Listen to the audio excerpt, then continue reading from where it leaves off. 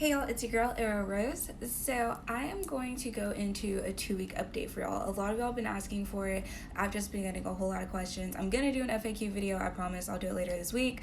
But here's my 2-week update.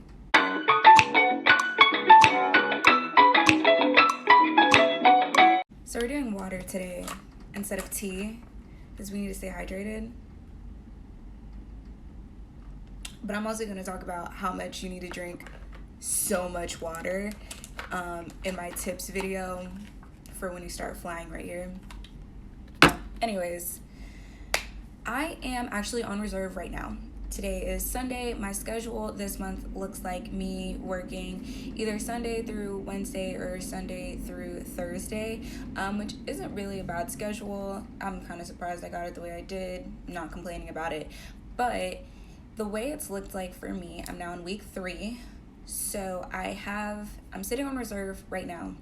I am on AM reserve, so I'm on reserve from 4 a.m. to 4 p.m. I'm probably not gonna get called today. I figured I wasn't gonna get called today because they put a trip on me, a 4-day trip, starting tomorrow, so Monday through Thursday. So unless I was gonna do a turn, there was really no reason for them to call me because I wouldn't be legal unless they ended up switching my whole rest of my week, which technically they could do because we're on reserve and we're at their mercy.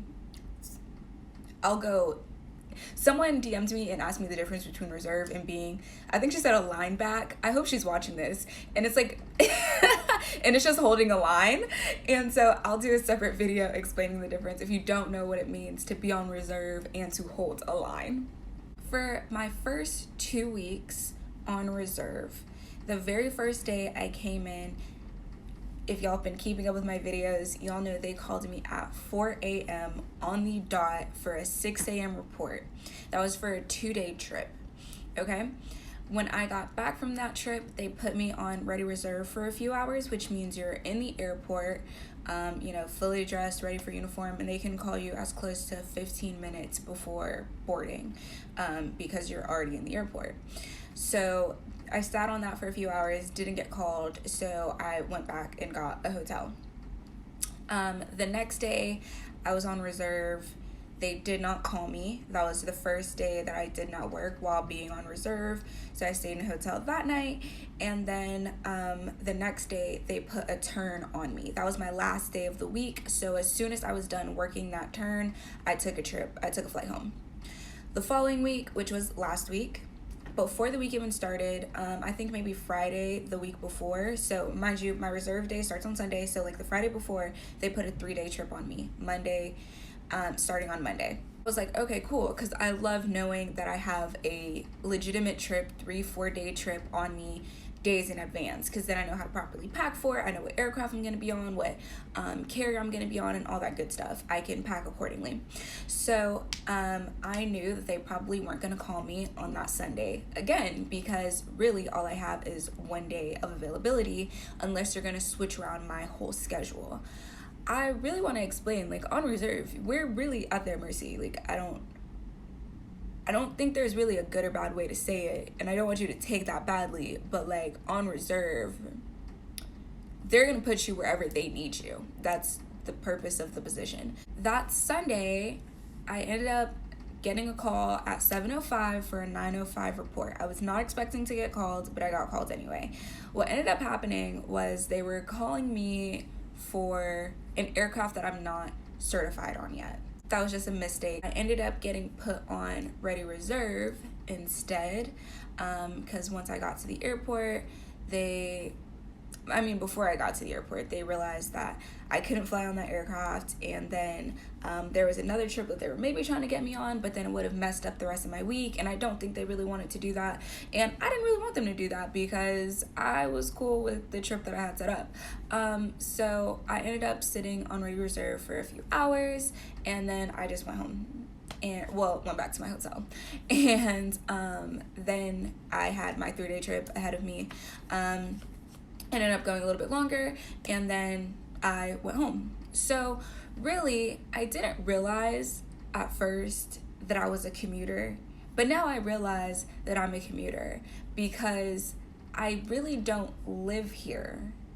I don't live here. I don't. So, and for right now, I don't really plan on living here. I just plan on this being my base, and this is where I'm working out of. I will say, where I do live, I am able to use 2 mainline carriers very easily. I can use all 3. I can use 3, but 2 have direct flights multiple times of the day. So it is easy for me to get from there to Chicago O'Hare without really any difficulty. As far as flying standby, which I always fly standby now, and that's what we do as flight attendant, or I even started working really, and I was using my benefits. I got rolled twice leaving Fort Lauderdale Airport, and that's the only time I've ever been rolled. And it was like on a Monday or a Tuesday, and it was after a weekend when a lot of flights got canceled for weather. So there was a lot of paying customers that even were getting rescheduled, and so they were trying to fit me into that shuffle there basically, and they eventually got me on, and it really wasn't that big of a deal. It's not like I was like coming back to something. The thing with commuting when you're working is that like you have to get here, because once you're on reserve, you have 2 hours to get here. And even if you're like, oh well, a flight from where I live to where I'm based is only an hour, you don't know if in the hour that they call you, if there's going to be a flight leaving your place. So you really have to be here, at least for me. If you get PM reserve, you can maybe finesse it a little bit. But for me, when I'm on 4 a.m. reserve, there is not no 4 a.m. flights, baby. So I have to be here the night before, which is what I did last night. I came in last night. I'm still on reserve. I probably won't get called. I'll let y'all know. But I probably won't get called, and then I'll have my 4-day trip starting tomorrow. So as far as reserve life goes, and paying for hotels, I have used about 29,000 points for hotel rooms. Don't get crazy about the number. I'm talking about points. And then I've spent around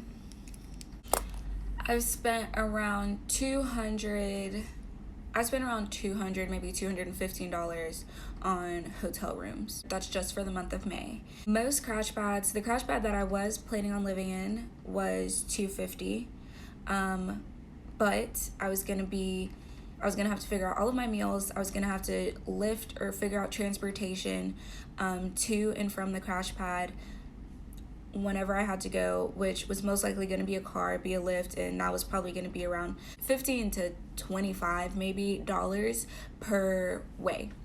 So, and that's like not including tips. So at least with a lot of the hotel Crashpads I've been seeing are around $350. So that's why I was telling y'all, if I end up paying around $350, even $450 for a hotel a month, I might end up still sticking with it. I think you see how hesitant I'm saying this? I think I'm going to give Crashpads another chance. There's some here that have a drop-in option that you can just do it for a night. So I might try it, see what it looks like. I don't know. I might see what it looks like. If I do, I'll check back in with y'all and let y'all know how I like it, if I think it's worth it, or if I'm just going to continue to book my own rooms. But as of right now, 3 weeks in, I've spent about 29,000 points and about $215 on hotel rooms. But like I said, that includes a hotel shuttle, so I'm not paying for any transportation, and my hotel includes breakfast, so I don't have to worry about that. Plus, it's around a couple restaurants. I'm able to walk to a couple places. So really, for me, just being here, there's a gym, there's a pool, like, it's a fine setup for me for right now. I know eventually I'm going to want something more permanent, but for right now, this works. So yeah, that is my 2-week update. I hope that didn't go too long. If you have any questions, y'all know the deal. Shoot me a DM, leave it in the comments. Make sure you're liking, commenting, and subscribing, because I'd be watching my analytics, y'all. Subscribe to me. We're here. I know you're watching. Anyways, but thank you for all of the views so far. Thank you for all the subs. I really do appreciate y'all. I'm so happy you're part of my Sky fam. And yeah, Next video is going right now.